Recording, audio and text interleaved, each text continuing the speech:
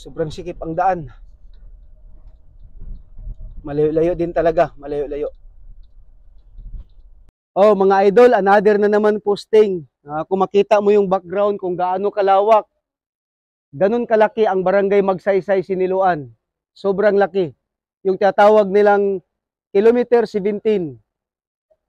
May guards dito. Ayan oh. Puntahan natin. Bigyan nating shoes. Oh. Ano binabantayan mo dito? Ano to?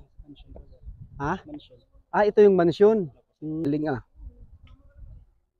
Okay. Magdadalawang taon ka na dito.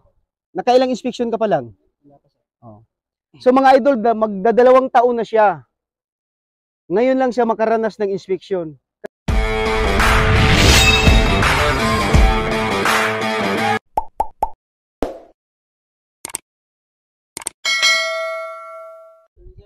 Oh.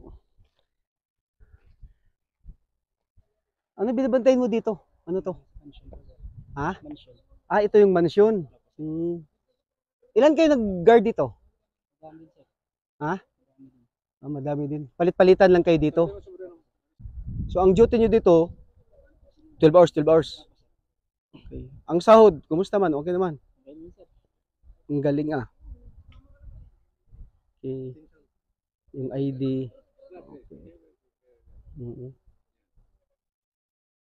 Hindi nyo akalain makarating kami dito. Sobrang layo. Ha? So, ganun talaga mga idol. Di nila akalain na makarating kami dito. Dahil sobrang talagang layo. Kaya nga, first time nilang ma-inspection. Ilang buwan ka na dito? Magdadalawang taon na sir. Magdadalawang taon ka na dito. Nakailang inspection ka pa lang? Oh. So mga idol, magdadalawang taon na siya. Ngayon lang siya makaranas ng inspection. Kasi nga, sobrang layo talaga dito. So, bigyan natin ng shoes.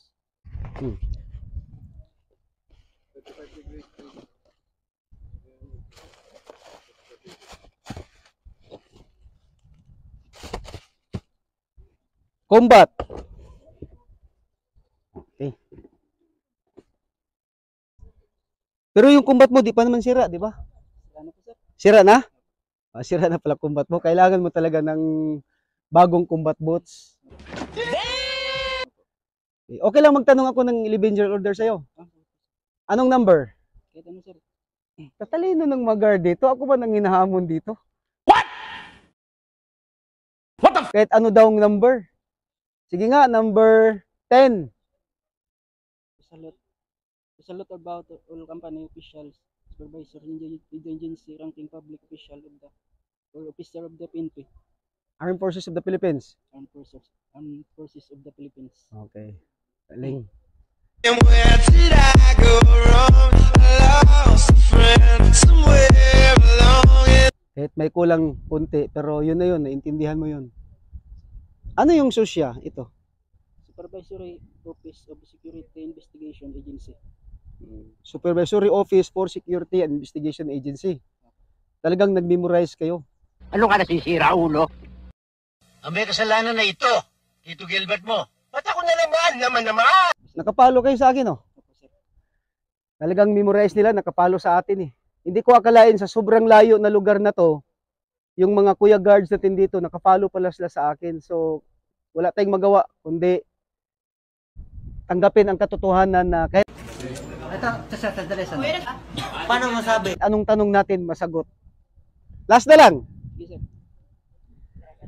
GO number 12. Wala naman po sir. Ha? 11 mo po sir. Tulungan nyo, no comment na po ako dyan. Hindi pa ba sapat yung narinig nyo? Ulit-ulit. 11 ba? Ano po sir? Parang 12.